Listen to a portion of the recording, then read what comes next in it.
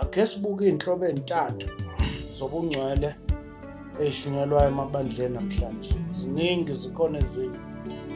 But eyokuqala le abantu abephila ubungcwele ngoba besuka bebelekela ukuthi uJesu uzobuya befice bengekho ngcwele bese bayasala. In other words, ubungcwele babo buphiliswa ukuthi uJesu angabafici bengcolile.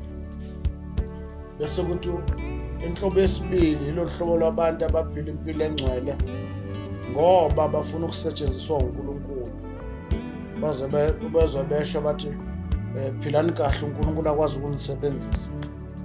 Bese uthi igroup esithathu abantu abathanda uNkulunkulu bayihlukanisela yena ngoba bemthanda.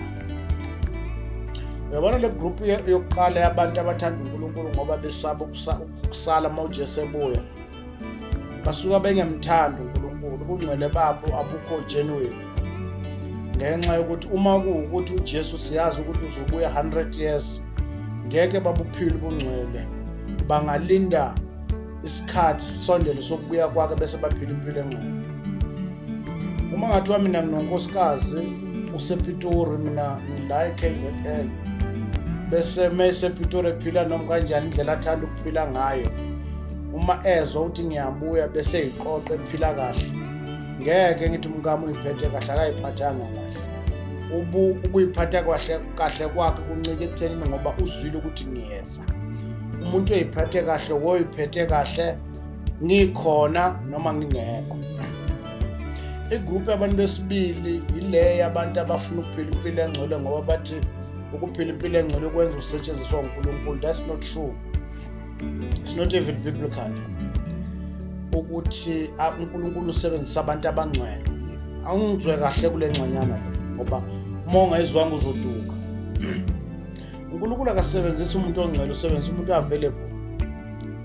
That's why kunabantu abaningi esibazi abashumayela ivangeli kodwa uma sizwa impilo yabo ngale ngemuva yinhle, kodwa uma bagibela ipulpit isikhala inyembezi, uma bagibela ipulpit banesambulo, yet impilo yabo ayikho right. Lokho kusho ukuthi akusibona ubungcwele kubenza bashumayela ukuba available kwabo kuNkulunkulu bese yabayuza, ngoba uthola ukuthi laba abangcwele abekho available.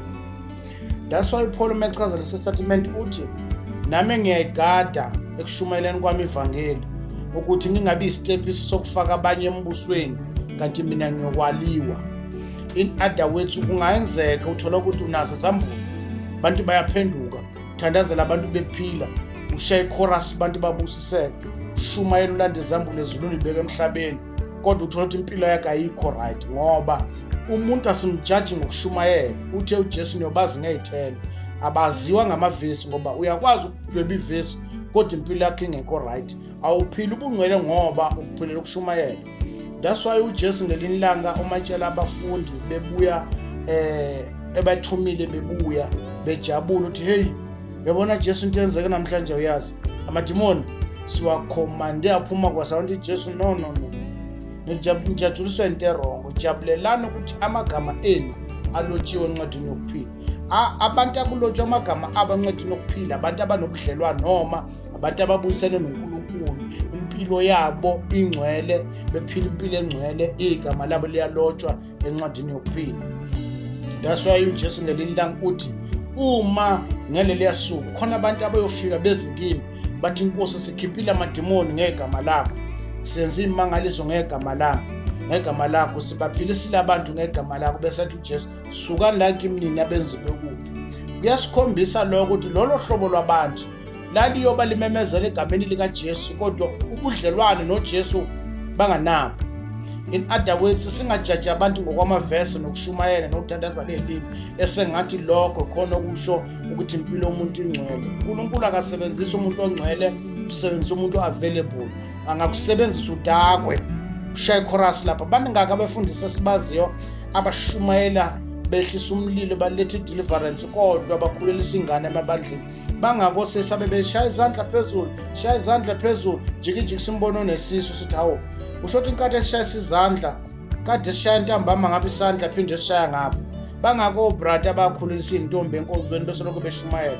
Lokho kukodwa kuyasikhombisa ukuthi Ukushumayela kuyi ngobungcwele kuya ngokuthi available yini. Ungashumayela uqeda ukushumayela bese uyolahlwa, ngoba ukushumayela nobungcwele izinto ezimbi engahlangani. uNkulunkulu usebenzisa umuntu available ekumsebenziseni emsebenzini wakhe. Okugcina, abantu abaphila impilo engcwele abayihlukanisele yena, abathi njengoba siyamthanda uJesu noma siyamthanda uNkulunkulu, konke angakuthandi sihlukana nakho. That's what iBhayibheli dedana kuko konke ukubi naloko kubonakala kubi. Sihlukana nezinto ezimbi, sihlukanisela yena. Ukuphila impilo engcwele kufana nomuntu oshadile. Uma ushadele kwazwana, awusakwazi ukuqhubeka udlala nezinsizwa la ngaphandle zokukitaza, zokushaya izinqa. Ushadele kwami, why? Because uyazi ukuthi lento engiyenza i-against la ngishadele khona. Wethu umyeni wami uyangibona noma akangiboni, akuvumelekile ushadile aphile le mpilo. Impilo engcwele ukwazi ukuthi konke ekungavumelekile emzini engilonga kuwo ngihlukana nakho, whether engibona noma engangiboni. That is a holiness.